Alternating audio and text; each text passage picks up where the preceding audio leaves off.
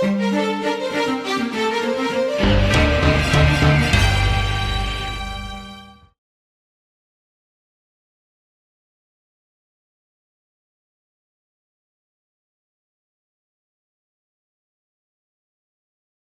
días a todos y a todas, están bienvenidos a la Facultad Latinoamericana de Ciencias Sociales, sede académica de México. Hoy vamos a tener en nuestras presentaciones de los lunes, donde participan en sus avances de investigación todos los profesores e investigadores de esta institución. Tenemos a Santiago Carazale, quien va a hablar la conferencia titulada Transculturaciones de la ciudad letrada, política y cultura en la conformación de los estados latinoamericanos. Quisiera hacer una breve presentación del doctor Carazale, ¿no? Él ha sido profesor de Teoría Social Clásica y Teoría Social Contemporánea en la carrera de Sociología de la Facultad de Ciencias Sociales de la Universidad de la República, en Uruguay, así como investigador visitante en la Universidad de Georgetown en Estados Unidos y asistente de investigación del Instituto de Investigaciones Sociales de la Universidad Nacional Autónoma de México. Actualmente es profesor e investigador de nuestra facultad. Recientemente publicó el libro Derecho y Política, Unger, Luhmann y Habermas. Fue parte de la Comisión para el Diseño del Programa de la Especialidad en Cultura de la Legalidad, desarrollada a través de un convenio entre la Flaxo, el Instituto Federal Electoral de México y la Secretaría de Educación Pública. Por otra parte, ha sido profesor invitado a la Flaxo Guatemala, a la Flaxo Costa Rica y a la Universidad Autónoma de Nicaragua. Ha dictado cursos sobre riesgo y seguridad como problema social y la construcción social del conocimiento y sobre la construcción del vínculo social contemporáneo. El doctor Carazale es licenciado en Sociología por la Universidad de la República Oriental de Uruguay, es doctor en Ciencias Sociales con especialidad en Ciencias Políticas por la Facultad Latinoamericana de Ciencias Sociales, sede de México. Pertenece al Sistema Nacional de Investigadores nivel 1. Con ustedes, el doctor Carazale. Muchas gracias, Pedro. Buenas tardes a todos, muchas gracias por venir. Esto que voy a presentar es el avance de una investigación que más o menos comenzó hace un año atrás, que era en algún momento parte del proyecto de nuestro seminario sobre Sociología Cultural e Historia Social, que codirijo con la doctora Liliana Martínez, en otro momento por los avatares del tiempo y de los tiempos de cada uno. Terminó siendo un proyecto mío, pero sigue para mí formando parte de ese momento de discusión y de nuestra proyección como trabajo colectivo, ¿sí? Esto es un trabajo que en parte también fue apoyado por la Flaxo, gracias a los fondos de investigación para los investigadores individuales. Por ese fondo pude obtener una asistencia que para mí fue invaluable para llevar a cabo esta investigación, y bueno, espero que también esa asistencia se siga dando en correr del tiempo para poder seguir avanzando en este proyecto. Bueno, voy a hablar de dos o tres cosas generales. Como todo proyecto, uno empieza, digamos, con algunas intenciones. Estas intenciones van tomando cuerpo, algunas van desapareciendo, algunas se van reconfigurando, y parte de esas intenciones están en el título, que es lo que mueve de alguna manera a este proyecto. Mueve también este texto y quiere moverlo un poco más adelante también, o sea, quiere llevar a ciertos otros resultados que están prefigurados en este texto, pero que todavía falta en algún sentido trabajar. Digamos, este texto tiene como título Transculturaciones de la ciudad letrada. Ese es el título, creo que general, original, y tomo estas dos palabras, en verdad, de un sociólogo antropólogo cubano y un crítico literario uruguayo, que a su vez retoma estas categorías del antropólogo cubano. El antropólogo cubano es Fernando Ortiz. Él publica un libro por ahí por 1940 que se llamó Contrapunteo cubano entre el azúcar y el tabaco, donde Ortiz comienza diciendo de alguna manera que este es un análisis reflexivo, antropológico, sobre esta tensión dentro de la historia de Cuba y dentro de la historia no solamente económica sino social de Cuba, que representan dos objetos o dos elementos que son el tabaco y el azúcar, digamos, ¿no? Que configuraron además dos proyectos diferentes, que uno es original de la tierra y que el otro es importado, y que tienen también, de alguna manera, propiedades disímiles, digamos, ¿no? Y con esto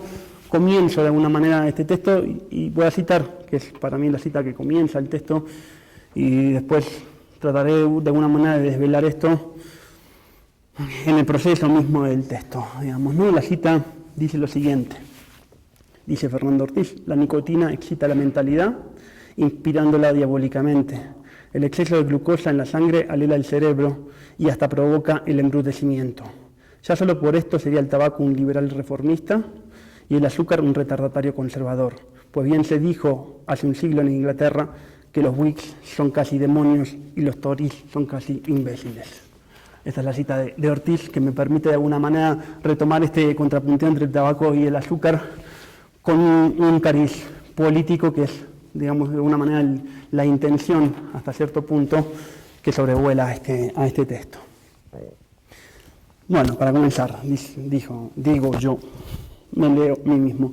Dicen: los procesos de independencia de la América hispánica, pongo América hispánica durante todo el texto, esencialmente porque este es el término de referencia con el cual se usaba. En la época no se usaba la América Latina, ese no es un término que aparece sino mucho después. Pusieron en cuestión el sentido mismo de los colectivos que hasta ese momento habían formado parte del Imperio Español, en el sentido de las decisiones futuras, es decir, en el modelo político que iba a resultar de este acontecimiento, se jugaba el significado de la independencia misma. En el caso más extremo, la alternativa fue entre imperio o república. En los casos menos extremos se recurría a un sucedáneo, dictadura o república. El sentido de la independencia no solo marcaba las posibilidades futuras, sino que también planteaba un problema con respecto al pasado. Había que dar sentido a un pasado que permitiese un futuro diferente, el cual el pasado colonial ya no podía sustentar. Esto dividía a la sociedad. Aquellos que en principio podían reclamarse herederos de ese pasado querían construir un futuro que no era muy diferente al pasado del que se habían independizado, lo que cuestionaba precisamente el sentido de la independencia. Mientras que los que prometían un futuro distinto no podían remitirse a un pasado, ya que éste representaba el sometimiento del cual se habían independizado, lo cual los llevaba a desconocer a la sociedad misma en la que se movían. El problema que se debatía era el significado de ser criollo en una sociedad independiente. Este dilema se desenvolvió en el tiempo como un conflicto político extremo, la guerra civil. ¿Sí? En estas guerras civiles los conflictos se manifestaron de manera tan aguda que llegaron a poner en cuestión la identidad común de aquellos que estaban enfrentados. Este cuestionamiento alcanzó a las creencias básicas, ya fuesen religiosas o morales, pero más precisamente al deslinde mismo de esas creencias. Lo que estaba en juego era la secularización de la sociedad y de la política. Correlativamente a esto, el conflicto puso en vilo el sentido que para la sociedad tenía su lengua, sus ideas y sus letras. La guerra civil planteó un límite al sentido del vínculo social de la civilidad, hecho del cual se puede encontrar paralelos en la historia, sobre el cual volveremos en algún momento. Este enfrentamiento ponía en discusión los fundamentos de la identidad del colectivo. La división extrema llegó a poner en cuestión la cultura criolla, enfrentando a aquellos que se asumían como nobles criollos con aquellos que se conformaban como el pueblo criollo. Pongo citas sobre estos dos adjetivos, ¿no? Esto se manifestó como una división y una disputa en el seno de la cultura, lo que produjo una desculturación progresiva de determinados sectores en referencia al pasado hispánico, a la vez que se promovía una búsqueda de nuevos referentes que permitiesen confrontar a la cultura criolla conservadora, reinventando el sentido de lo criollo. Esto también tuvo su respuesta contraria. Hubo un intento de redefinir y construir un pasado hispánico que diese un significado a la independencia. Estos procesos a los que nos estamos refiriendo han sido conceptualizados como lo que Fernando Ortiz, antropólogo y sociólogo cubano, ha llamado transculturación. Ortiz ha acuñado este neologismo para referirse a una complejidad particular, lo que llama el proceso transitivo de la cultura. Dice Ortiz: el vocablo transculturación expresa mejor las diferentes fases del proceso transitivo de una cultura a otra, porque este no consiste solamente en adquirir una cultura, que es lo que en rigor indica la voz angloamericana aculturación, sino que el proceso implica también necesariamente la pérdida o desarraigo de una cultura precedente, lo que puede llegar a decirse una parcial desculturación. Y además significa la consiguiente creación de nuevos fenómenos culturales que pudieran denominarse neoculturación. Entre los desarrollos de estos procesos culturales de la independencia se dieron proyectos culturales que coadyuvarán a finalizar las guerras civiles. En esto consistió la conformación de una República de las Letras. Esto se expresó, una vez acabada la censura absolutista inquisitorial, en la explosión de círculos literarios, academias y liceos, así como de publicaciones literarias. Se estaba en proceso de construir una nueva ciudad letrada y el desarrollo de las letras jugaba un papel central en este proyecto. La construcción de este proyecto buscaba modelar, canalizar y suavizar las pasiones políticas que llegaban a los extremos de la guerra. En el caso mexicano, estos proyectos que comienzan a delinearse desde la independencia sobrevivirán hasta la derrota final de los conservadores, expresándose en el proyecto de Renacimiento, liderado por Ignacio Manuel Altamirano. Altamirano va a plantear en este momento una amnistía literaria para aquellos que estuvieron con el imperio, a la vez que propone la creación de una República de las Letras enmarcada en el proyecto republicano reformista. Pero también hubo proyectos letrados de signo contrario. Estos proyectos buscaron refundar la tradición criolla en un hispanismo sustentado en la lengua, en la afirmación de una nobleza criolla y en las letras clásicas. Este proyecto consistió en una traducción de la tradición latino-romana hispánica para América. Este proyecto se manifestó de forma más clara y extrema en el caso colombiano. En la generación de los gramáticos, en el programa de la regeneración promovido por Rafael Núñez, y el cual uno de sus más destacados representantes fue Miguel Antonio Caro. La guerra civil y sus salidas, reforma y regeneración. Las guerras civiles fueron un fenómeno endémico en la América hispánica desde el momento de la independencia.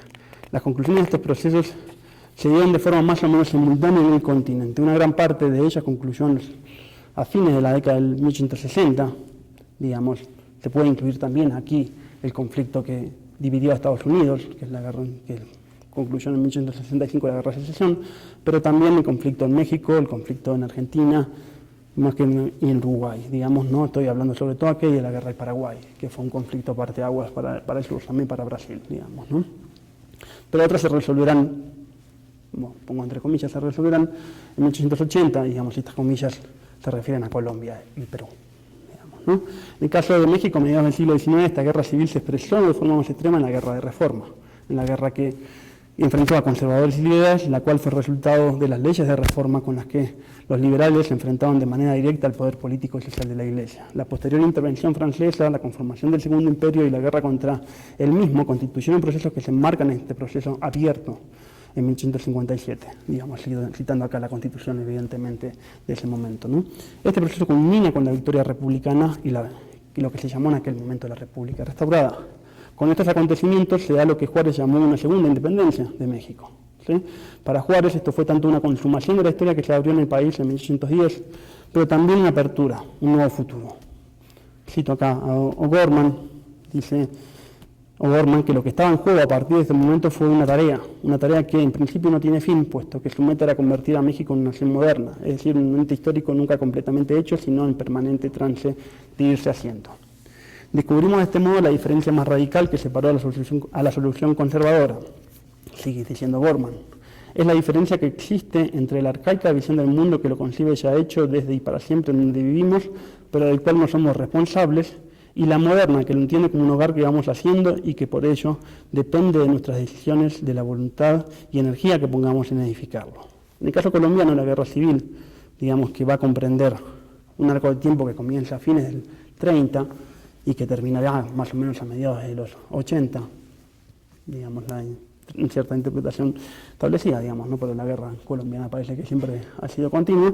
Esta conclusión se da, en caso contrario al proyecto mexicano, con la victoria del proyecto conservador de la regeneración. Este proyecto, citó a un historiador colombiano, Frederick Martínez, dice, representó el fin del orden y la voluntad de limitar la violencia generada por los conflictos políticos, una violencia que la Federación parecía haber llegado a su apogeo. Sueño que revela la profunda aspiración que los grupos dirigentes de ver fortalecida la autoridad social, la impresión de progresivo deslizamiento hacia una sociedad incontrolable y la sensación de pérdida de poder que experimentan entonces los grupos dirigentes dan su tonalidad distintiva a la atmósfera política de los últimos 20 años del siglo. Sigo citando a Martínez, la consolidación del Estado y la recuperación del poder social de la Iglesia anuncian para los partidarios de la regeneración una nueva era, definida por el imperio de la autoridad. La construcción del nuevo orden pasa también por una completa mutación del discurso del poder. Para luchar contra la anarquía que amenaza con disgregar al país, se debe prohibir la entrada de las ideas disociadoras que llegan de ultramar, mientras que en el discurso político se perfila una nueva Europa de referencia, en la que sobresalen sobre todo Inglaterra y sobre todo, más bien, España, y que seduce por su conservatismo social. La Europa de las experiencias impías y subversivas, sean francesas o alemanas, será sistemáticamente fustigada. En el campo abierto por la crítica de la imitación liberal, se irán a fijar por mucho tiempo las figuras de la retórica nacionalista.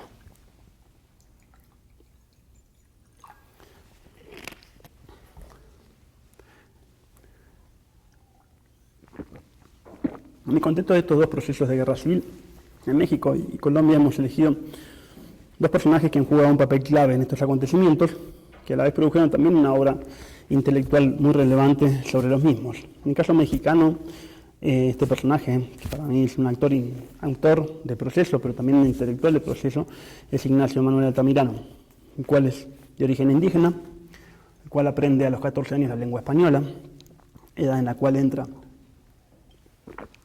gracias a una beca, al Liceo Toluca. Él vivía es originario del estado de Guerrero, y en el Liceo de Toluca se encuentra con un pensador liberal muy importante de su época, que es Ignacio Ramírez, alias el Nigromante, como por lo general se conoce, el cual lo va a introducir en el Partido Liberal. Y a partir de aquí, Altamirano va a participar como diputado, como coronel, como juez de la Suprema Corte de Justicia, como agregado de México en el extranjero, y va a ser siempre, digamos, un miembro de este Partido Liberal. Por otra parte, el otro hombre, que es Miguel Antonio Caro, digamos, es de una familia criolla de larga data en Colombia. Su padre, José Eusebio Caro, es uno de los fundadores del Partido Conservador, y Caro se forma en el círculo jesuita, digamos, ¿no?, religioso jesuita, del cual siempre se da fiel, digamos, es un defensor de la causa jesuita en Colombia ante la revolución de mediados de siglo, y además va a obtener una formación particular, que es la formación de latinista, digamos, de la cual él va a ser siempre un riguroso exponente, y del cual también va a dar cuenta de su posición también en el espectro cultural, digamos, ¿no? Para mí, utilizando una distinción, en verdad utilizando una designación, y yo marqué una distinción de esa designación de cierta antropología histórica. Para mí Caro es un hombre insular y para mí Altamirano es un hombre de frontera. ¿Sí? Son dos personajes hasta cierto punto antitéticos, digamos, ¿no? Sin embargo, estos hombres son un nodo en un sistema de relaciones que constituye una contemplación intelectual, la cual refleja y responde a los acontecimientos de su época. Es posible marcar acontecimientos intelectuales paralelos en un año común, el año 1867, en el cual Rufino José Cuervo publica por primera vez sus aportaciones críticas al lenguaje de los bogotanos. En ese mismo año, Ignacio Manuel Altamirano concluye su historia de la literatura mexicana, digamos, la publica en 1868, pero su historia de la literatura mexicana, que va de 1821 hasta 1867,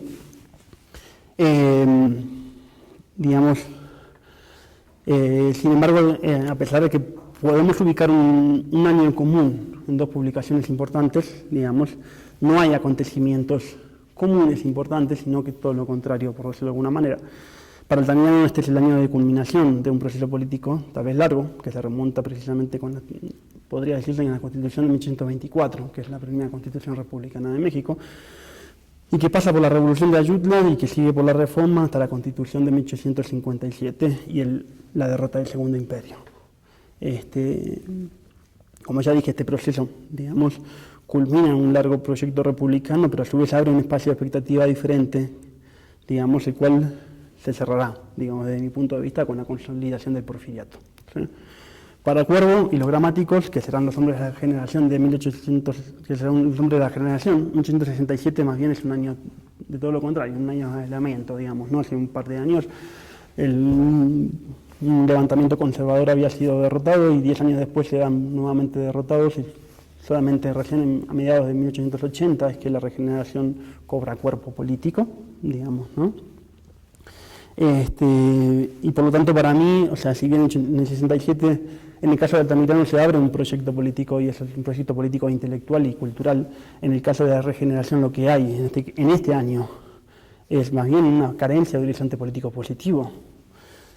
Podríamos decir que en ambos casos hay una parábola que se da en un sentido inverso, de la victoria a la derrota, en el caso de Altamirano y el círculo que para mí su persona más cercana es Riva Palacio, Vicente Riva Palacio, y mientras que el otro es el círculo que va la parábola que va desde la derrota a la victoria, que es la dupla Cuero Carbo, digamos, ¿no? Por lo menos la pongo como dupla porque también existe un instituto en Colombia, digamos, que hace digamos que tiene este nombre, Cuero Carbo, Carbo Cuero, Cuero Carbo.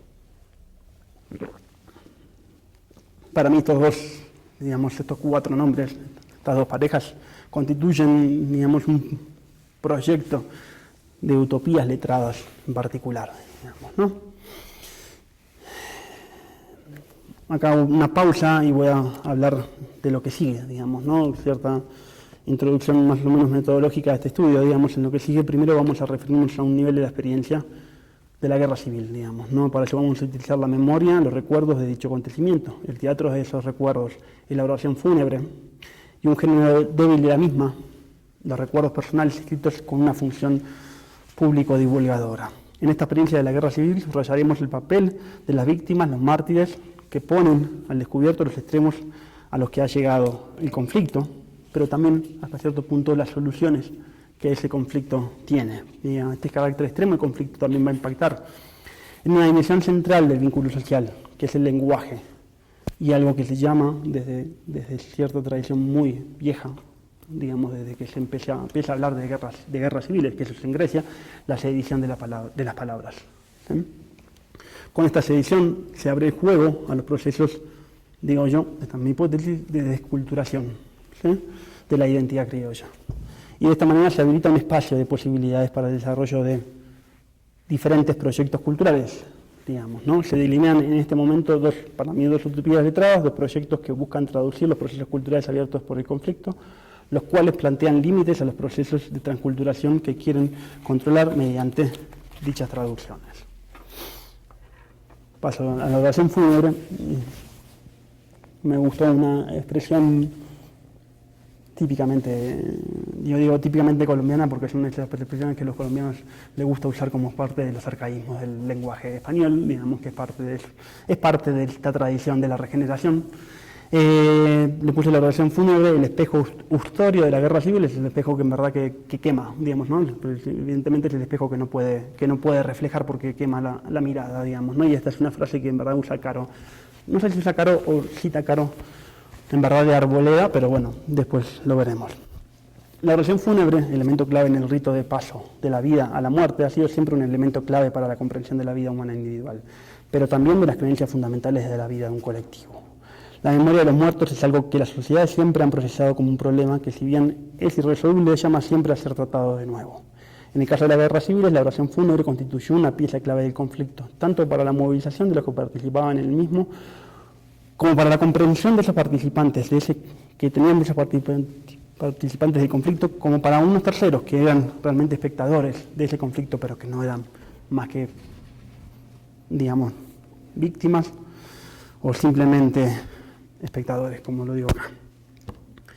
En el caso de la oración fúnebre, de las guerras civiles, la oración fúnebre constituyó una pieza clave. Bueno, me estaba repitiendo. El género discursivo ritual de la oración fúnebre constituye por sí mismo toda una tradición. Esta tradición se remonta, como ya lo dije antes, a una tradición griega, de la democracia griega, y está plasmada por primera vez en la historia de la guerra de Peloponeso que Tucídides escribe alrededor del 400 a.C.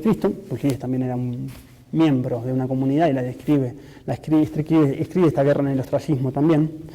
Narra la oración, entre las cosas que narra Tucídides, narra una oración famosa de Pericles, que es una oración fúnebre que Pericles da a los primeros caídos de Atenas en el conflicto, que se supone que es una oración, digamos, un género discursivo típico en el sentido de que es un género discursivo que alimenta cierta cosa que es la caída del ciudadano, el sacrificio del ciudadano por la democracia, digamos, ¿no? Este género se va a repetir y de esto vamos a seguir hablando. En el caso de las guerras civiles en América hispánica, la oración fúnebre en recuerdo de los caídos constituyó también un género oratorio usado para recordar a los caídos en la lucha política, para consagrar a los mártires de cada partido y renovar el sentido de la lucha política. En el caso de México, en particular, el recuerdo a los caídos en la Guerra de Reforma y la guerra contra el Segundo Imperio constituyó un género muy destacado. Ignacio Manuel Altamirano practica este género de discursos, digamos.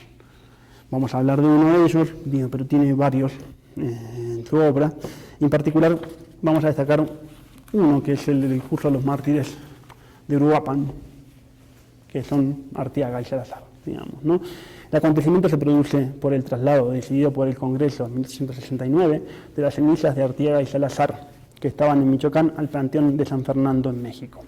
Este evento, que se realiza 4 años después del asesinato de Arteaga y Salazar, prisioneros en aquel momento de las fuerzas imperiales y que son ejecutados por estas mismas, se da con la finalidad, este acontecimiento de recuerdo, o sea, con la finalidad de perpetuar la memoria, si toca a Altamirano, de los mártires de la independencia. Para Altamirano este acontecimiento se enmarca en la costumbre de honrar la memoria y mantener viva la llama del amor patrio.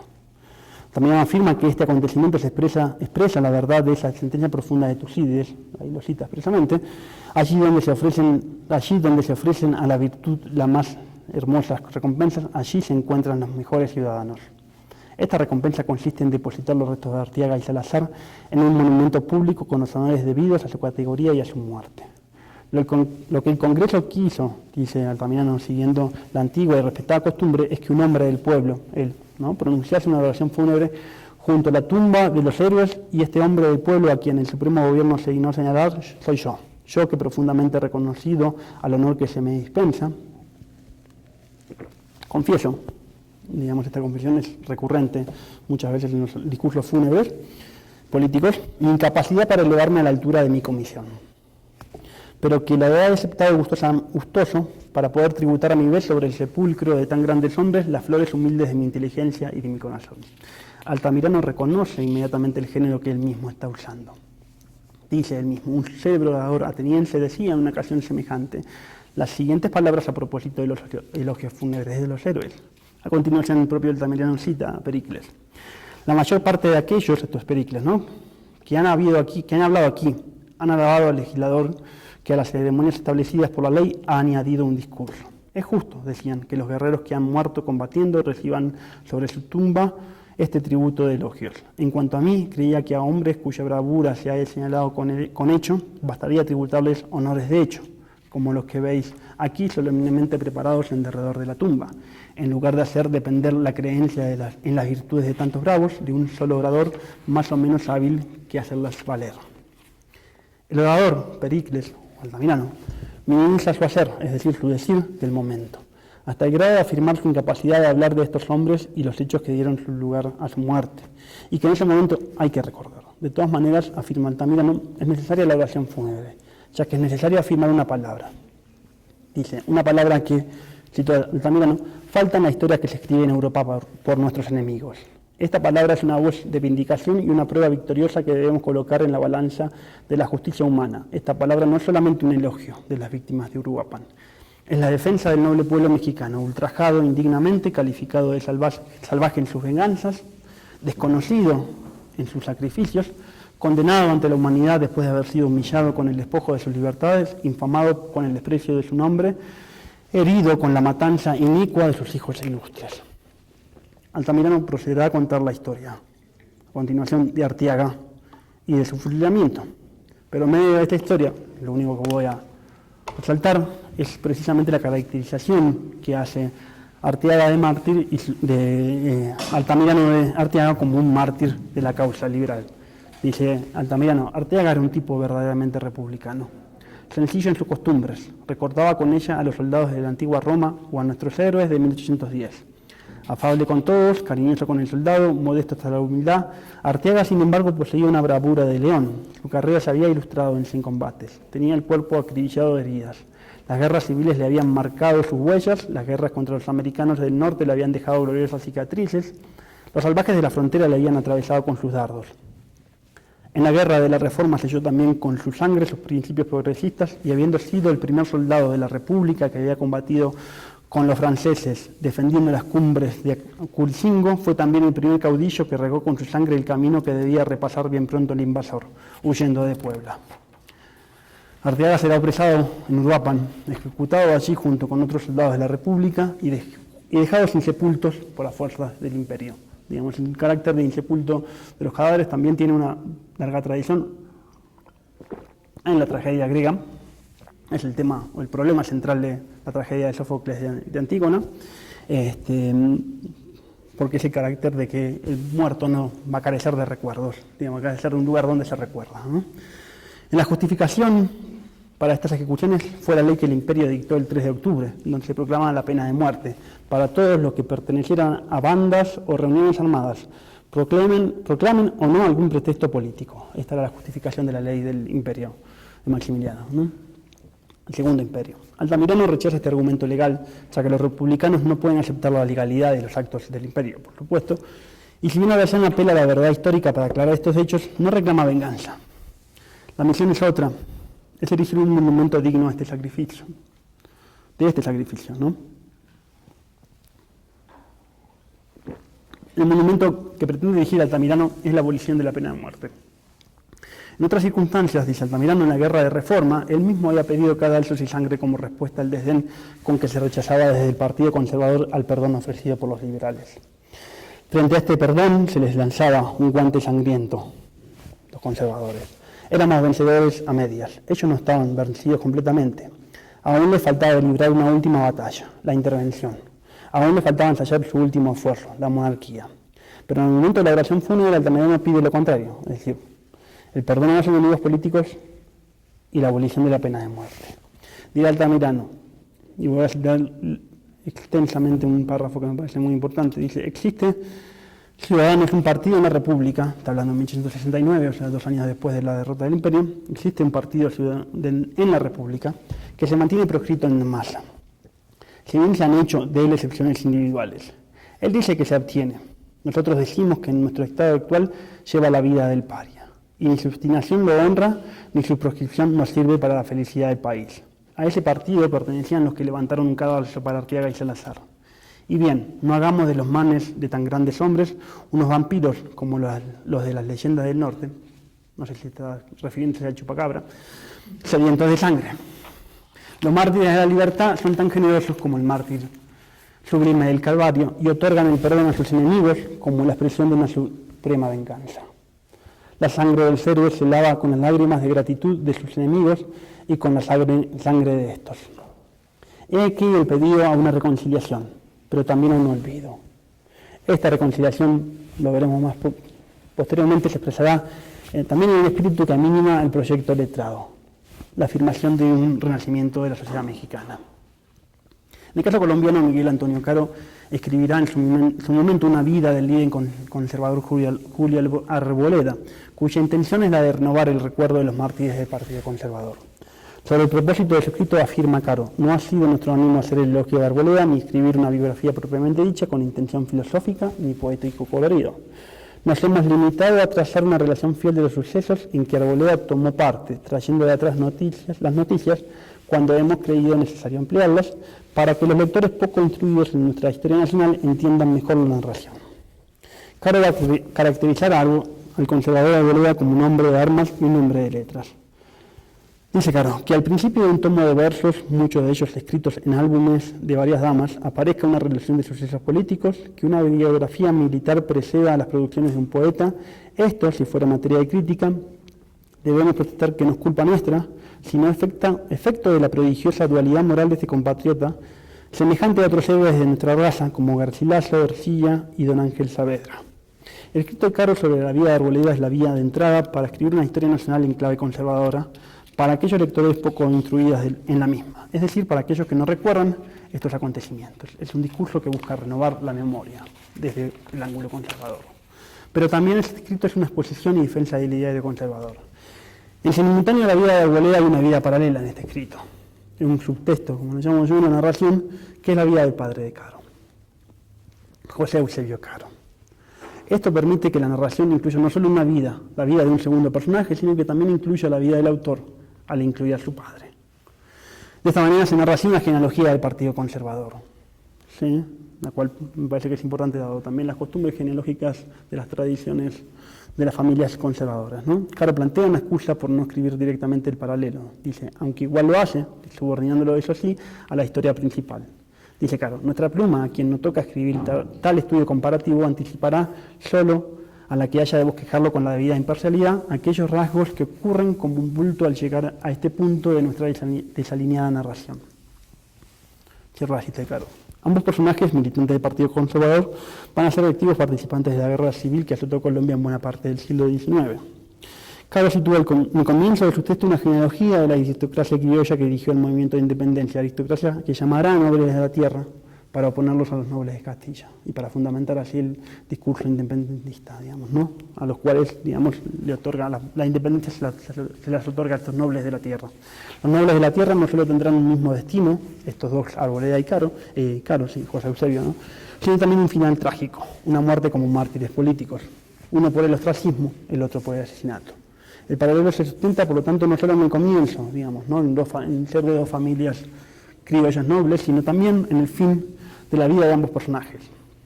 Dice Caro, Caro murió en Santa Marta cuando soñaba que la vista de su esposa y de sus hijos le indemnizaría largamente de los dolores de la más injusta proscripción. La muerte aplazó el golpe que debía de poner fin, más trágico aún, a los días de Arboleda. Arboleda da una idea de este martirio, del significado del sacrificio por la patria. Dice Arboleda, yo he sido acechado, seguido más de una vez por asesinos infames. Pero lo que Dios no quiere, eso no hace jamás el hombre. Si estoy destinado al sacrificio, a Dios ruego que junte mis huesos a los huesos de mis padres, mi espíritu al espíritu de tantos de los míos que me han precedido en la gloriosa carrera del martirio. En el mismo escrito dice Arboleda, saludo pues aquel templo, que es la cárcel de Popayán, donde se prepararon tantas víctimas para el sacrificio, y le ruego al Dios de mis padres que me purifique como a ellos, y que si es posible me conceda, aunque la compre con la vida, la corona del martirio. El martirio político es la consecuencia del caos de la América hispánica, el caos que se debe, según Arboleda también, a que los americanos hemos buscado la libertad en las instituciones políticas que son el remate y adorno de una sociedad bien constituida, como pudiera buscarse la permanencia de una columna, no en la solidez de su asiento, sino en los adornos del capitel.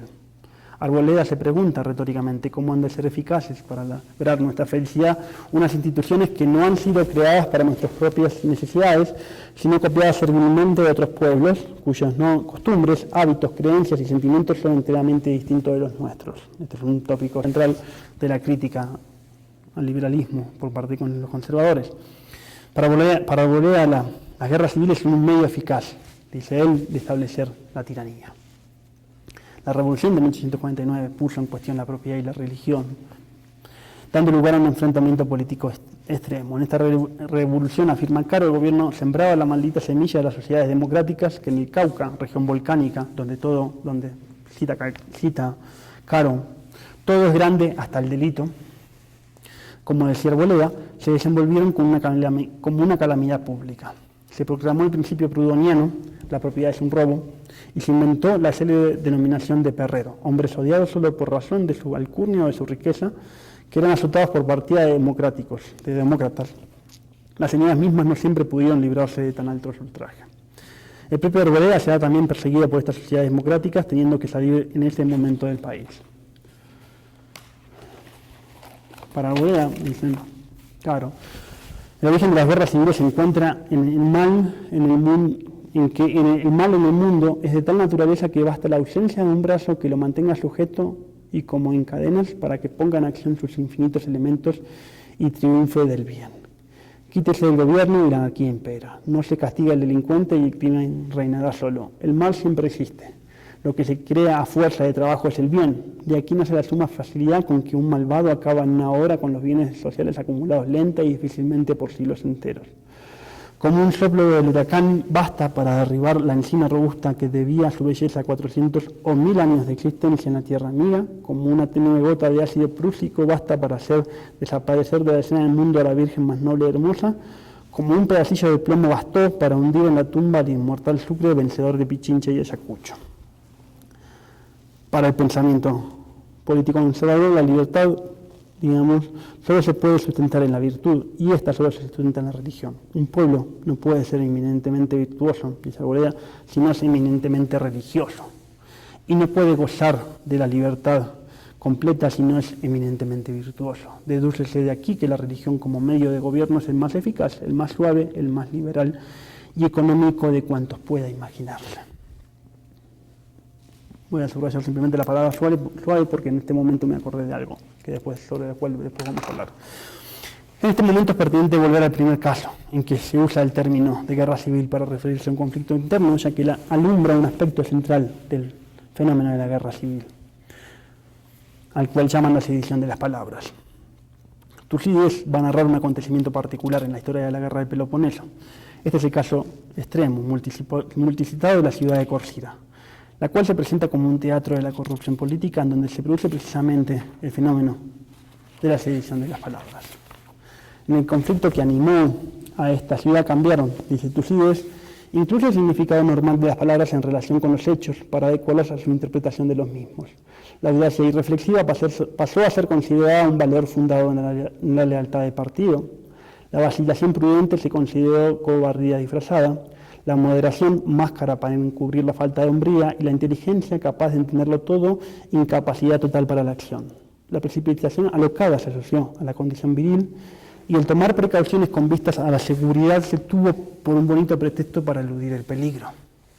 Estas asociaciones, las políticas, evidentemente, que conformaban la guerra civil, que daban lugar a la guerra civil, no se constituían de acuerdo con leyes establecidas con vistas al beneficio público, sino al margen del orden instituido y al servicio de la codicia. Y las garantías de recíproca fidelidad, es decir, los juramentos, no se basaban tanto en la ley divina cuanto en la transgresión perpetrada en común. Este tópico planteado por Tucídides, digamos, el tópico de la sedición de las palabras, vuelve a encontrarse en el enfrentamiento interno que se dio en el siglo XIX en América hispánica.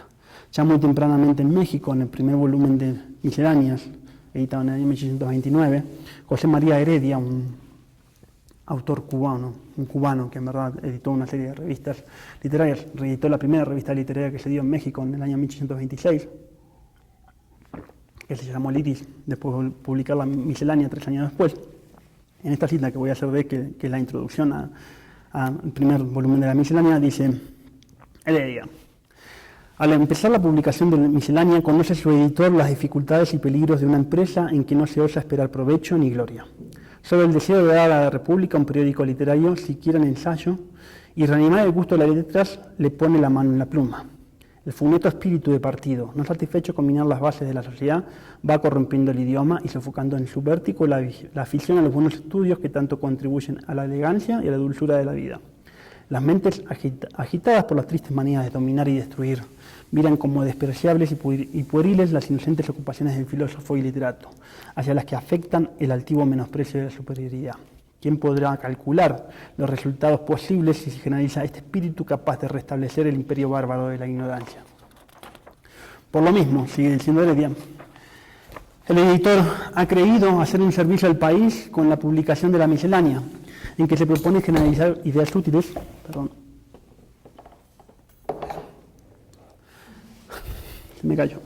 Se propone generalizar ideas útiles, contribuir a la perfección del gusto y recoger algunas flores de los campos inmensos de la historia y las regiones estrelladas de la poesía.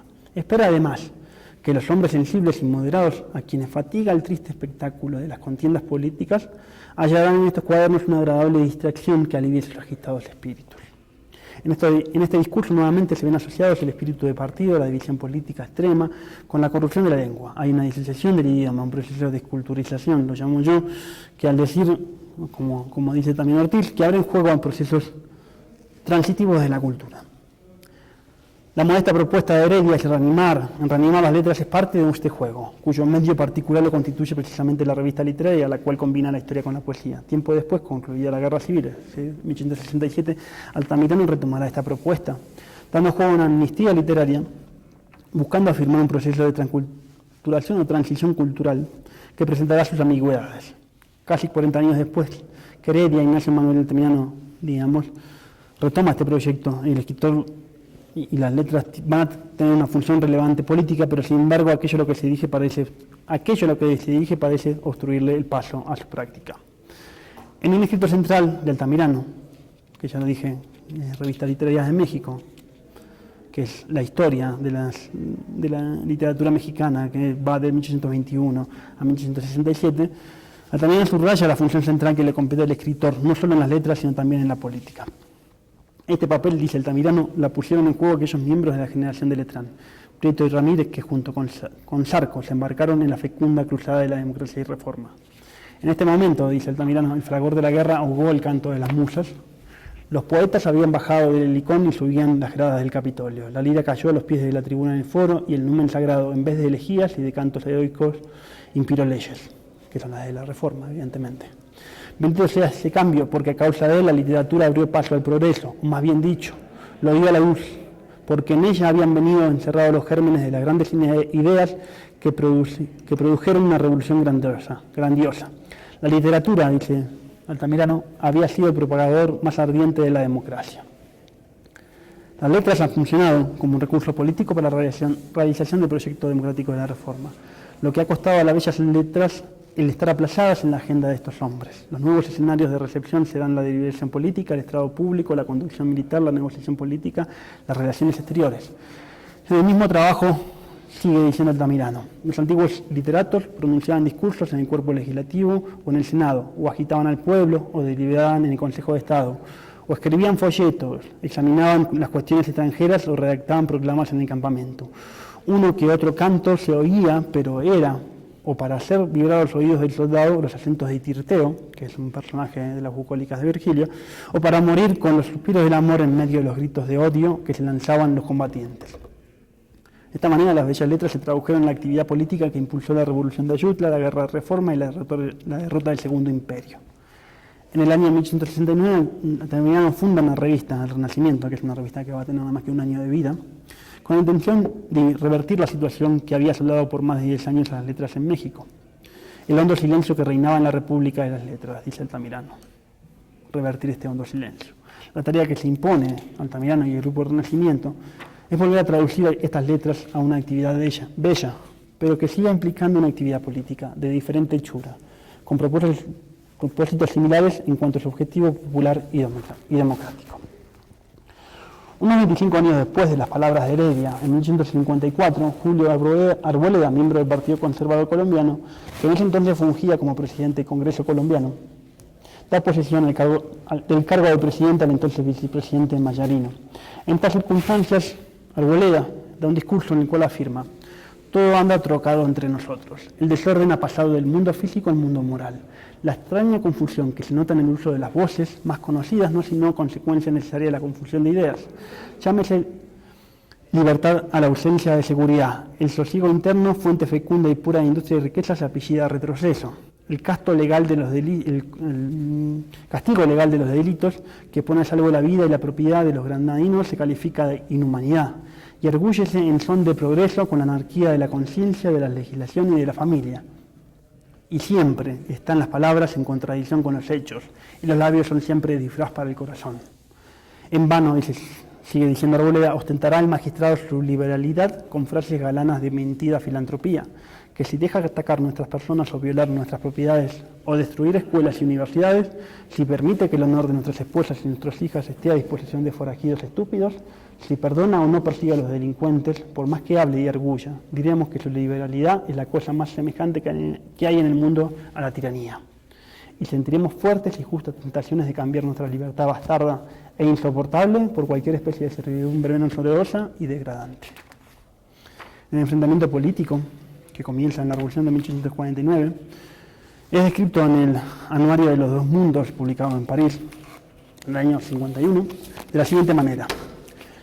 Dice en el anuario: la Nueva Granada, por una de esas manías de imitación que son plaga de las sociedades hispanoamericanas, ha estado entregada al furor revolucionario. Los clubes llamados sociedades democráticas, establecidos lo mismo en Bogotá que en las últimas poblaciones, han envuelto al país en anarquía. Pasiones, táctica, lenguaje, todo ha sido allí como un eco de la demagogia europea. El gobierno no mismo ha sido y se ha gloriado de ser un gobierno socialista.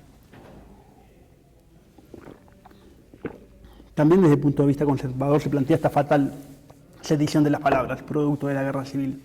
Solo que en este caso la alternativa política que anima dicho proyecto parece que se da entre una libertad bastarda y una servidumbre menos orgullosa. El Partido Conservador también tendrá un proyecto de ciudad letrada.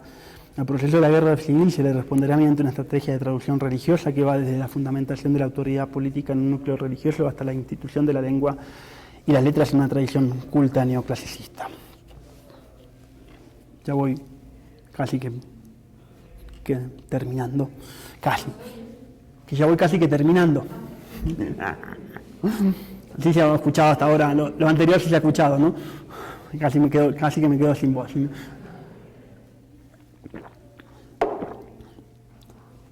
Dos proyectos de ciudad letrada.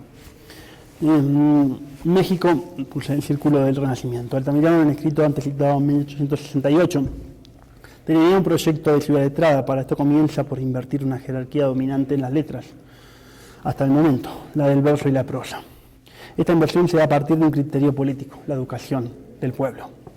En esto se pone ya una tradición clásica para la cual la prosa es el género de los esclavos. Esta es una afirmación que estaba ya en Quintiliano y que después Hegel la va a retomar en la estética cuando hable de la prosa, y que el verso es el género de y que el verso, por contrario, es el género de las personas cultivadas, tal como lo afirma Chateaubriand en el prólogo de Atala. El objetivo de esta educación es elevar al pueblo de su condición social, digamos la educación que propone Altamirano, e insertarlo en un proyecto nacional liberal. Para este proyecto es imprescindible que el pueblo se integre. En esta integración cumple un papel fundamental la novela. Altamirano distingue tres géneros de novela: la histórica, la moral y la sentimental. La escritura de Altamirano se va a centrar más bien en la novela moral, pero también en un género periodístico muy vinculado a esto, que es las noticias cotidianas del pueblo, digamos, ¿no? Que aparecen en varios periódicos del momento, ¿sí? La novela moral en Altamirano es la novela de costumbres, aquella que exalta las convenciones de la gente, que busca resaltar y subrayar las virtudes populares. Altamirano va a reconocer en este género un autor ejemplar, que es Dickens, digamos, ¿no? En un escrito publicado en el año 1869, en el Renacimiento, afirma Altamirano que Dickens es muy hábil en la descripción de lugares y personas, que está dotado de una sensibilidad exquisita y un espíritu de observación fino y sagaz, que no se ha consagrado a la novela histórica sino a la moral, y en ella, por su dulce gracejo, por su agudeza y su profunda filosofía, tiene muy pocos rivales. Esta novela de costumbre se distingue del simple relato de las condiciones sociales del momento, pero también de las críticas morales exaltadas. Digamos, acá citan, en realidad no lo puse acá, pero cita sobre todo autores de origen francés. Frente a la simple descripción de las condiciones morales, la novela, dice Altamirano, de costumbre, retrata cuadros que encierran una lección de la más sana y pura moral, dándoles así un interés de que carecen todas las copias fotográficas de costumbres, cuando no tienen por objeto la corrección de un vicio o la enseñanza de algo bueno y útil. Por otra parte, la novela moral se opone a una crítica exaltada de las costumbres que solo cuidan herir la imaginación, sin hacer mayor caso a la verosimilitud, y que procuran conmover aún sacrificando la moral, presentando a veces a la vista de inocentes lectores cuadros de una repugnante disolución o pintando el vicio con colores brillantes. La novela moral describe con verdad, omite toda escena que pudiera herir el pudor y se afana en anatomizar lo malo, haciendo amar la virtud por los admirables encantos de que sabe rodearla. Dickens, dice Altamirano, es un narrador apacible, sensible y lleno de gracia, y en esto, por más brillantes que sean, no le aventajan los más distinguidos en el mundo. Altamirano va a describir una serie de diferentes escenas de recepción, es decir, de posibles lectores de Dickens. Son los abuelos, los hijos, la asamblea de la gente sencilla, la asamblea popular, la narración familiar, digamos, la narración evangélica. Con ello describe a los destinatarios por excelencia de la novela moral. Dickens, dice Altamirano, tiene la verba, la experiencia y la agudeza del abuelo que narra en las veladas del hogar entretenidas historias a sus hijos. Tiene la filosofía y el tino del que se propone conmover a una asamblea de gente sencilla, y a veces posee una elocuencia arrebatadora y entusiasta. Pero en lo general es el narrador de la familia. Por eso en Inglaterra y en Estados Unidos, que se prestan a la aceptación de esta especie de narraciones que podríamos llamar evangélicas, lo cual no es un adjetivo poco ligero, son leídas con avidez. Digo, el adjetivo poco ligero lo digo yo. Altamirano aboga por este género, para que este género costumbrista se cultive en México, digamos. el cual haría que la lectura cunda rápidamente, dando el resultado esperado de la reforma moral del pueblo. Dice Altamirano, lo cito no en el texto, pero lo pongo en pie de página, pero prefiero citarlo. Dice, sus ventajosos resultados serían palpables en poco tiempo y el gusto por la lectura cundiría entre el pueblo prodigiosamente, porque para hacer una novela popular bastan la exacta pintura de costumbres, el estilo que, sin dejar de ser elegante, sea sencillo, y la bondad y el amor a los desgraciados, que deben de resplandecer en las palabras del escritor. A su carácter de escritor, Dickens le ha agregado también un carácter que a mí me pareció interesante subrayar, porque, digamos, lo subraya Altamirano, pero me pareció interesante subrayarlo en mi texto porque es un carácter transitivo entre el escritor y el orador público. Dice Altamirano que Dickens le agrega a su obra el carácter de lector público de sus obras escritas y que realizó en su momento lecturas públicas, sobre todo en Estados Unidos, de sus obras escritas, y que también no solamente hizo lecturas públicas, digamos, no solo hizo lecturas públicas de sus obras escritas, sino que también interpretó, o escribió en ese momento, hablando, digamos, de alguna manera, obras. Dice, bueno, mismo Dickens interpreta su escritura en público, lo cual, afirma Altamirano, ha tenido grandes efectos, produciendo un entusiasmo que se acerca a la idolatría. Esta se debe a la circunstancia, digamos, tomo esto porque me parece que es parte también del saber hacer, que es parte también del saber hacer de Altamirano, de ser un habilísimo actor, pues da a sus narraciones una animación y una gracia de que hay pocos ejemplos. Su gesto expresivo y elocuente, su ademán, su voz sonora, que sabe tomar todos los tonos del dolor, de la queja, de la cólera y de la burla, y hasta su elegancia en el vestir y su manera distinguidas, dan realce infinito a su palabra. Y esto, y la generosidad de sus sentimientos, que brilla siempre en todas sus composiciones, no pueden menos que cautivar en su favor a todas las almas. Para Altamirano, el género moral de Dickens tiene su paralelo en Cervantes.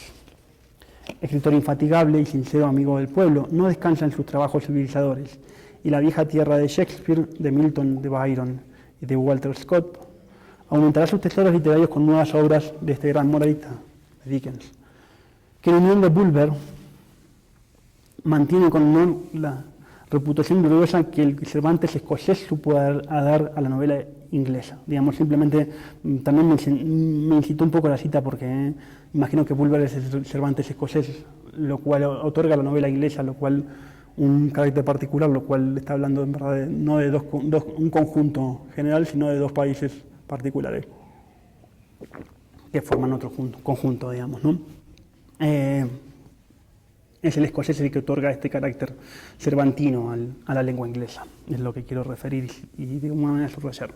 De esta manera, Altamirano busca dar realce a unos géneros cuyo objeto son las costumbres populares y cuyos lectores es el pueblo, pero a su vez plantea un paralelo con la tradición cervantina, de esta manera reinscribiendo a esta tradición en el marco de una cultura popular, digamos, ¿no? Y otro será el caso, evidentemente, de la estrategia colombiana conservadora, digamos, ¿no? Paso ya casi al final. Colombia, la sociedad de los gramáticos, le puse así. En el prólogo a la primera edición de 1867 de Apuntaciones críticas sobre el lenguaje de los bogotanos, afirma Rufino José Cuervo: es el buen hablar una de las más claras señales de la gente culta y bien nacida, y condición indispensable de cuantos aspiren a utilizar en pro de sus semejantes, ora sea hablando, ora escribiendo, los talentos con que la naturaleza los ha favorecido. De ahí el empeño con que se recomienda el estudio de la gramática. Con esto comienza Cuervo, su prólogo original de 1867, digamos, es una obra que la última edición es de 1911 en vida de Cuervo, evidentemente, y es la edición que circula o que yo tengo, pero todavía tiene el prólogo del 67. Cuervo, en este mismo trabajo, va a plantear una asociación central entre la lengua y la patria. La lengua simboliza la patria. En ella se encarna cuanto hay de más dulce y caro para el individuo y la familia, desde la oración aprendida del labio materno y los cuentos referidos al amor de la lumbre hasta la desolación que traen la muerte de los padres y el apagamiento del hogar. Un cantarcillo popular evoca la imagen de las alegres fiestas y un himno guerrero las gloriosas victorias. Por lo tanto, el cuidado de la lengua, el objetivo del libro que Cuervo ha escrito, es cuidar los recuerdos de nuestros mayores, las tradiciones de nuestro pueblo y la gloria de nuestros héroes. Este cuidado, que está orientado a la uniformidad de la lengua, asume un papel fundamental cuando dicha lengua es compartida por varios pueblos. Este cuidado busca fortalecer la simpatía de estos pueblos y sus relaciones, busca, dice Cuervo, hacer de estos pueblos uno solo.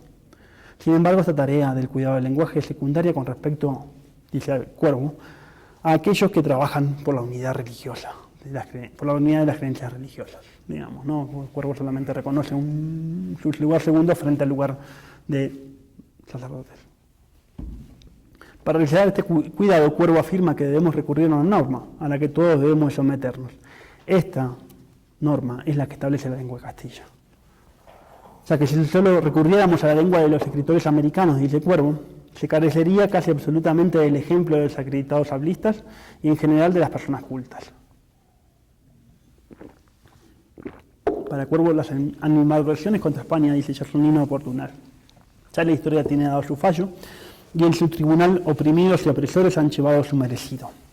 Rotas las antiguas ataduras, unos y otros son pueblos hermanos, trabajadores de consumo en la obra de mejorarse impuesta por el Señor a la familia humana. Adoptada como norma la lengua castillo, Cuervo va a observar la diferencia que tiene el lenguaje de Colombia con dicha lengua. Digamos, este es el objetivo de las apuntaciones críticas, evidentemente, tomando como base común el habla de los bogotanos, el cual, según Cuervo, resume en particular muchas de las corruptelas generalizadas de la República. Cuervo va a hacer dos aclaraciones, dice una dirigida a sus coterráneos y otros a los extranjeros. La aclaración dirigida a los coterráneos es que él no está queriendo implantar ningún tipo de dictadura en el lenguaje, ¿sí? Digamos, simplemente quiere realizar un estudio comparativo para facilitar el cabal aprendizaje de la lengua de Cervantes. Y entre los extranjeros dice, bueno, no se imaginen que Colombia es un pueblo de gitanos, no es que todas las equivocaciones acá que apunto las realizan todos los colombianos, sin embargo, digamos que quiere hacer una muestra general de todo el tipo de errores, entre comillas, en el habla y en el decir de los colombianos. ¿Sí? Pero a pesar de estas aclaraciones, Cuervo sí plantea que es necesario establecer un criterio distintivo del lenguaje para así distinguir, dice Cuervo, entre el uso y el abuso del mismo.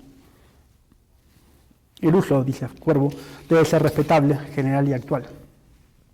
Para empezar, nadie puede poner en duda, afirma Cuervo, que en cuestión del lenguaje jamás puede el vulgo disputar la preeminencia de las personas cultas. El uso, tal como se expresan los afamados escritores y en el habla de la gente culta, constituye el legislador de la lengua. Sin embargo, del lenguaje del vulgo puede trascender algo a las personas cultas. Esto se puede producir, afirma Cuervo, por el roce con gente safia, es decir, de bajo nivel, como el de los niños con los criados, y los trastornos y deslocaciones de las capas sociales por los levantamientos revolucionarios que encumbran aún hasta los primeros puestos a los ignorantes e inciviles, pueden aprovechar el lenguaje generalizando giros antigramaticales y términos bajos. Digamos, esto es nuevamente parte de lo que hablaba de la sedición de las palabras, ¿no? El uso del lenguaje no es caprichoso ni se mueve a ciegas, afirma Cuervo, sino que por un instinto fatal, como fatal y conducidas por un sentido común, este sentido común, afirma Cuervo entre paréntesis, es el genio de la humanidad, o sea, no es ningún sentido común popular, eso es evidente, ¿no? Obedecen los pueblos a la información de los vocablos en la generación de las asociaciones y en la armación de las frases a leyes admirables que resultan regir las lenguas más distintas. Posteriormente, ya en el año 1981, se va a plantear nuevamente la cuestión del uso como norma del lenguaje. La posición frente a este problema va a remitir como antecedente fundamental al trabajo de Cuervo sobre el lenguaje de los bogotanos. Miguel Antonio Caro va a plantear este tema en un discurso ante la Academia Colombiana de Lenguas. Para Caro, aquellos que afirman al uso como medio para la formación y perfeccionamiento del lenguaje son semejantes a aquellos que afirman que no hay distinción entre el bien y el placer. Esta es una afirmación utilitarista, digamos, ¿no? De la ideología utilitarista con la cual Caro siempre estuvo en pelea, en conflicto, digamos, ¿no? El uso, dice Caro, es sinónimo de costumbre y a veces de moda. La costumbre, como el interés y como el gusto, es variada y la moda es caprichosa. En casos contradictorios, esto no nos permite determinar el interés legítimo del no legítimo o el gusto puro del depravado. Lo mismo ocurre con el uso, como se juzga en el caso de varios usos que no están conformes entre sí. Con el fundamento del mayor número de individuos podemos fijar el mérito relativo de los usos contemporáneos, pero no podremos comparar unos con otros para dar preferencia al que la merezca. Esto conduce a que la historia del lenguaje solo sea dice Caro de forma crítica, evidentemente, una mera sucesión de usos igualmente buenos, o mejor dicho, ni buenos ni malos. No cabría en el lenguaje un perfeccionamiento alguno, ni tampoco decadencia. No habría principio filosófico por donde pudiese el crítico, siguiendo la lengua de su patria, en su marcha y variaciones, señalar sus altibajos, sus épocas de mayor pureza o de corrupción, sus pérdidas y ganancias. Ni serían tampoco poderosos los escritores estudiando las leyes y con textura del idioma a promover su desenvolvimiento progresivo. Si bien el uso tiene poderes y derechos, afirma Caro, no es el árbitro supremo del lenguaje. Para dar cuenta del lugar del uso en el lenguaje, propone Caro que nos refiramos a un orden superior y genérico de las costumbres, al orden superior y genérico de las costumbres, en tanto el uso es una especie de las costumbres. Este orden superior lo encuentra en la moral y el derecho. Caro afirma que ni el moralista ni el legislador han mudado de corazón al hombre.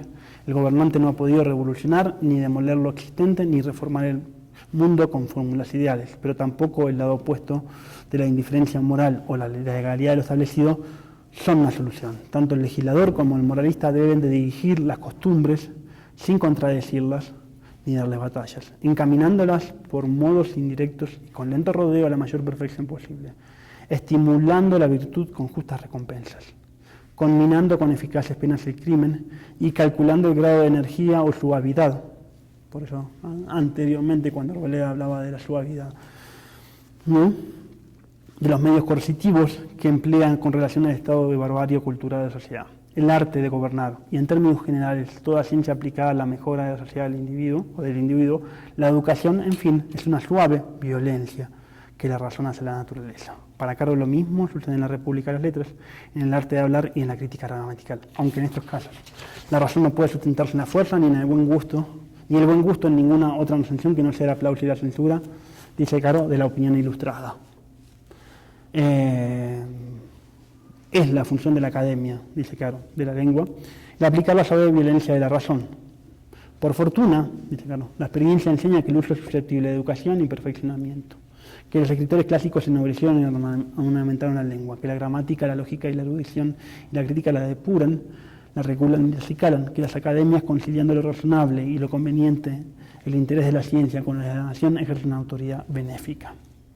Este es, de alguna manera, el lugar de la Academia de la Lengua, que en este caso, la Academia Colombiana, que es, digamos, la primera Academia de Lenguas creada allá por 1871, digamos, ¿no? O sea, Academia de Lenguas que, en una carta, Vergara y Vergara, que dirige a Marroquín, dice que los convenció a la Academia de Lenguas Españolas de aceptar esta Academia de Lenguas Colombianas, diciéndoles que si bien ya habían perdido las colonias con la independencia, ya no era el sentido ahora de perder además el lugar de la lengua española dentro del continente, digamos, ¿no? En este sentido, digamos, un poco para cerrar, esta propuesta de Caro, de alguna manera, y de los gramáticos, de recuperación del idioma español como idioma de Castilla como norma, y, digamos, también va asociada a la recuperación más bien de una tradición neoclasicista de la lengua, sobre todo una recuperación de la tradición latina. Digamos, Caro, en cierto punto, digamos, es un experto en la lengua latina y es un experto en la lengua, digamos, en la tradición literaria de Virgilio, digamos, el cual fue traductor de varias obras, digamos. Y en 1865 le hace una retraducción de la cuarta égloga de Virgilio, de la cuarta bucólica, que es una famosa parte de las bucólicas, en donde aparece una narración. Esta narración está hecha en el año 40 a.C., en la cual la narración de Virgilio se narra la venida de un niño que va a dar vuelta el mundo, en el sentido que va a cambiar el origen, el movimiento del mundo, que va a pasar de lo que le llama Virgilio la edad de hierro a la edad de oro. Este niño que promete que cuando sea grande pase a esa edad, que es la edad del gobierno de Saturno, que es la edad del gobierno de la armonía celeste, digamos, va a ser después retransportado al discurso religioso cristiano por la tradición latina y se va a convertir, digamos, en una prefiguración de la venida de Dios al mundo, es una prefiguración del cristianismo. Por eso, digamos, con esto quiero cerrar, por eso de alguna manera Virgilio tiene una función tan importante en la Divina Comedia, digamos, ¿no? De que es el que conduce a Dante al purgatorio y al infierno, esencialmente porque es una persona que está entre dos mundos. Creo y asumo que la recuperación de Virgilio por Caro es también la recuperación de un discurso hasta cierto punto neopagano que puede infiltrarse y constituir parte del discurso colectivo común, pero con una enseñanza moral religiosa atrás, digamos, ¿no?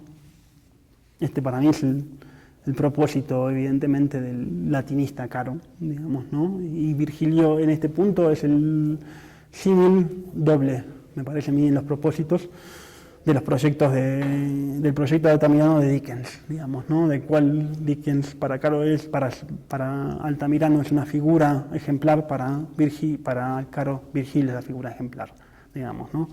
Cito una última frase de Caro que me parece muy, muy interesante y que resume, me parece, la idea que tenía Caro acerca de este proyecto cultural.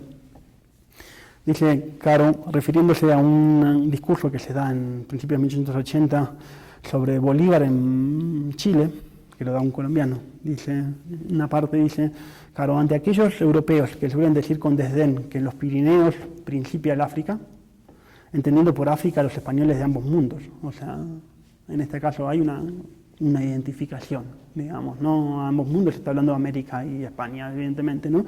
Y de que nuestras tierras apenas tienen nociones tan vagas e inexactas como las que en otros siglos corrieron de la fabulosa Atlántida ante los americanos del norte, que hasta el nombre de América quieren apropiárselo exclusivamente y que pretenden tenernos bajo la tutela monroísta. Como a familia menuda y anónima, o como a servil apéndice de su grandeza, los españoles de ambos mundos formamos una confederación natural, una colectividad de raza, con unos mismos principios de vitalidad, con unas mismas tradiciones, creencias y literatura, peligros iguales y comunes destinos. Por lo tanto, también son comunes nuestras glorias americanas, o sea, también de los españoles. Y tenemos el enemigo más crudo y pernicioso que aquel desdichado principio, cualquiera que sea su naturaleza, que con discordias domésticas y mezquinas rivalidades amenaza a engendrar la disociación de la familia española. Y justísimo es condenar en letras, como en todo, toda tendencia al lugareñismo suicida. Bueno, aquí cierro mi exposición. Muchas gracias. Quisiera abrir el piso a preguntas y respuestas. No sé si hay alguna pregunta aquí entre ustedes. Yo tendría una. Yo tendría una. Ese tema de relación de la gramática y el poder es una cuestión muy particular de nuestra región. El general liberal Uribe, cuando asesinó a uno, él mató a uno de sus soldados, él fue apresado y en los 2 años que estuvo en la cárcel no hizo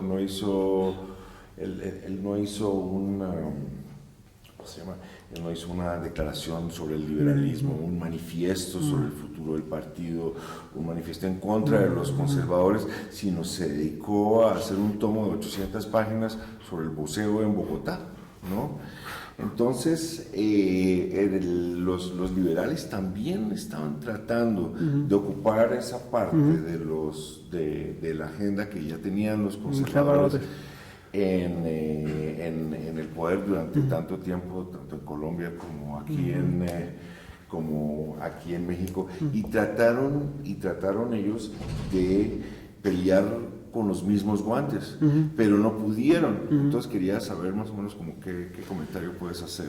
Sí, fue famosa esa anécdota del diccionario, el trabajo ese sobre el buceo Uribe y Uribe. Yo creo que hay como 2 o 3 cosas, y una cosa en general, y es como una especie, porque no lo veo tanto en México, o por lo menos en lo que he leído de México hasta este momento. Sé, y por lo que conozco, que hubo una especie de, ¿cómo se llama?, de terror, o de, vaya más bien sudamericano, a la fragmentación lugareña, ¿no? Este lugareñismo del que habla Caro, que también hasta cierto punto es parte también de un temor muy colombiano, ¿no? Dado la configuración particular geográfica del país, digamos, ¿no? O sea, siempre ha sido dificultoso mantener ese país unido, dado, digamos, las sucesivas diferenciaciones climáticas, montañosas, geográficas que tiene Colombia, digamos, ¿no? Y también hay un temor muy grande, digamos, a esta disociación lingüística, digamos, el temor tal vez está también, digamos, fundamentado un poco antes, porque en Bello hay un cierto temor paralelo, o sea, ya es mucho antes, o sea, yo creo que son 50 años, Bello creo que escribe un tratado sobre ortografía y ortología, lo cual es un término que para mí fue raro cuando lo leí, o sea, ortología, ¿qué es la ortología? La ortología es la... Sí, parece, o sea, que te van a hacer... Si vas al médico, o sea, no es ninguna... No, y sin embargo es el arte del buen hablar, digamos, ¿no? La ortografía es el arte del buen escribir y la ortología es el arte del buen hablar.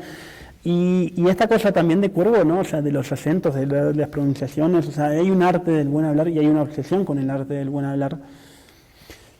Que yo no lo encuentro en México, pero también puedo decir que tengo un problema con México, que por eso también me interesó Colombia, digamos, ¿no? Que es la historia diferente de México, ¿no? O sea, hay una falta hasta cierto punto, o sea, de cierta historia conservadora, que evidentemente que se debe en parte también a la derrota, ¿no? O sea, la derrota que sufrió después con el imperio, digamos, ¿no? Entonces hay una cierta falta, como dice también Altamirano, o sea, al final ¿cómo se llama? Se escondieron después, digamos, ¿no? Se aislaron, y sin embargo, digamos, lo raro también, y esto, digamos, de repente me falta a mí, o sea, a mí me falta de explorar una cosa, que es lo raro, que no es tan raro, es que buena parte de esos conservadores van a formar parte de la Academia Mexicana de Lenguas.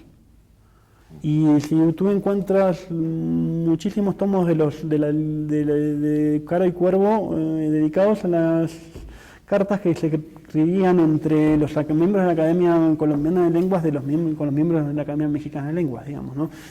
¿Cuál es el lugar de esos miembros de la Academia Mexicana de Lenguas en el contexto precisamente de los 70 y los 80? Digamos, yo creo que empiezan a tener un poco más de poder más en los 80, digamos, ¿no? Es cuando empiezan a cambiar estas cosas en el país, por eso, cuando empieza a a consolidarse el porfiriato, ¿no? Pero ya es otro momento, ¿no? O sea, es otro momento histórico y es muy difícil, o sea, no lo veo tanto el problema acá, o sea, por ejemplo, también hay un problema que no sé cómo será en Colombia, pero en algún momento Altamirano recuerda, o sea, dice por ahí por 1970, es que en México el 30% de las personas que hay en México habla español, no es que escriba ni lea, es que habla español, el otro 70% no habla español, o sea, no son hablantes de español, de la lengua española. ¿Sí? Lo cual también planteaba un límite en la lectura, pero también cerraba mucho más el campo de los posibles lectores, ¿no? Entonces, no sé, no lo veo, o sea, lo veo mucho más como en Colombia y con ese antecedente que te digo de Bello, ¿no? O sea, lo otro también es una discusión, política, está claro que es esto que un poco vos decías, o sea, al final, digamos, y que es un poco lo que me interesa a mí, al final, que lo decía también en el texto, ¿no? Al final, 1867 es cuando Cuervo escribe este libro, pero, bueno, digamos, falta un poco más de trabajo de investigación, pero para mí es como, ahí empieza a perfilarse un proyecto que en ese momento es gramatical, y cuando los liberales quieren responder, ya ese proyecto estaba muy consolidado y muy dominado. Y no solamente es un proyecto gramatical, es un proyecto también, por lo que poco que yo sé, es un proyecto de redifusión del poder religioso de la Iglesia en buena parte de Colombia, digamos, ¿no? Y me parece que eso va también asociado, digamos, habría que verlo como digamos, yo tendría que estudiar más cómo se articuló el proyecto político con el proyecto gramatical. Digamos, no estoy comenzando a hacer esta investigación, pero sí me parece, muy interesante. Y lo otro que también creo es, que a mí me llama la atención, que es muy típico de Colombia y tiene ciertos síntomas, y es un poco además de este aislamiento, esta cosa también, lo poco que he leído de algunos viajeros, esta cosa del viaje por el Magdalena para llegar desde Cartagena hasta Bogotá, o sea, era como un via crucis, digamos, ¿no? O sea, yo creo que hay una buena parte de esa especie de aristocracia bogotana que se sentía, digamos, en medio de las, entre comillas, de la selva, digamos, ¿no? De los salvajes estos que estaban corrompiendo la lengua o que hablaban cualquier cosa. Y me parece que también ahí hay un temor de clase muy fuerte, digamos, ¿no? Hasta qué punto ese temor de clase se transforma también en un acto hegemónico. digamos, dentro de la élite es otra cosa, y me parece también como interesante esto, que yo no lo subrayé acá, y debería haberlo subrayado, y es que junto con la tradición que hace, o sea, y esto a diferencia de Altamirano, o sea, esta recuperación, porque es una discusión con la traducción con respecto a Virgilio, digamos, ¿no? O sea, ellos traducen a Virgilio en verso, lo cual es raro porque hoy por hoy actualmente se lo traduce en prosa, no se lo traduce en verso. Pero el verso tiene una cualidad que es esa cualidad sonora, digamos, ¿no? Y yo creo que, o sea, en mi intuición hasta ahora, o sea, el dominio de la cualidad de esa especie de, como, creo que era Valery que decía que la poesía es esa especie de oscilación entre sentido y sonido, el dominio de esa doble cualidad da yo creo que un capital de distinción, por decirlo de alguna manera, ¿no? Un capital de cultura, entre comillas. O sea, me acuerdo que, yo no lo puse acá, Caro recuerda que en algún momento Arboleda y su padre se pelean, digamos, se distancian, y en algún momento, o sea, Arboleda le reclama al padre de Caro que sea parte del Partido Liberal, digamos, creo que era de RAN, era ministro de RAN, digamos, ¿no? Y entonces dice Caro que después de que Arboleda le reclama, o sea, que su padre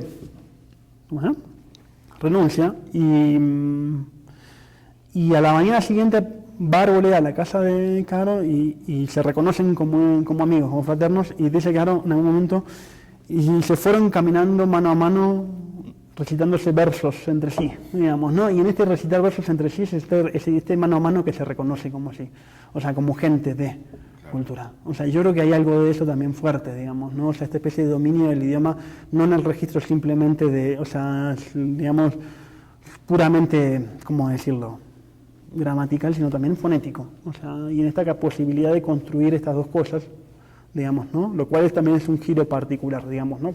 Por toda la discusión, o sea, creo que es un giro particular en esta discusión de la escritura, o sea, de convertir a la escritura también en una fuerte de oralidad, o sea, imponerle una cierta oralidad a la escritura, y es un signo distintivo de dominio de la lengua, o sea, de capacidad de crear lengua, digamos, no de otra manera. Entonces, me parece que hay ahí que se junta con ese signo, ¿no?, de culto, que, o sea, de gente culta, que es lo que está de alguna manera defendiendo Cuero, Caro y Cuervo, digamos, ¿no? Y creo que los liberales llegan después, o sea, llegan después a esta cosa, digamos, ¿no? O sea, los liberales están mucho más impregnados, o sea, de esta influencia utilitarista y después de cierta influencia de los ideólogos franceses, digamos, ¿no? Y no de la influencia neolatinista, digamos, ¿no? Pero me parece que es eso. Sí, bueno, y además pierden la guerra civil, sí. Comienza la nueva constitución del 85. Los conservadores se quedaron 40 años en el poder. Bueno, pero con un colombiano que... Si alguien más quiere hacer alguna pregunta al respecto, ¿no? El tema es interesante. Bueno, pues, espero que en algún momento se los pueda pasar para que lo lean y leyéndolo de repente tienen más sugerencias. Muchas gracias, Pedro. Muchas gracias a todos por venir.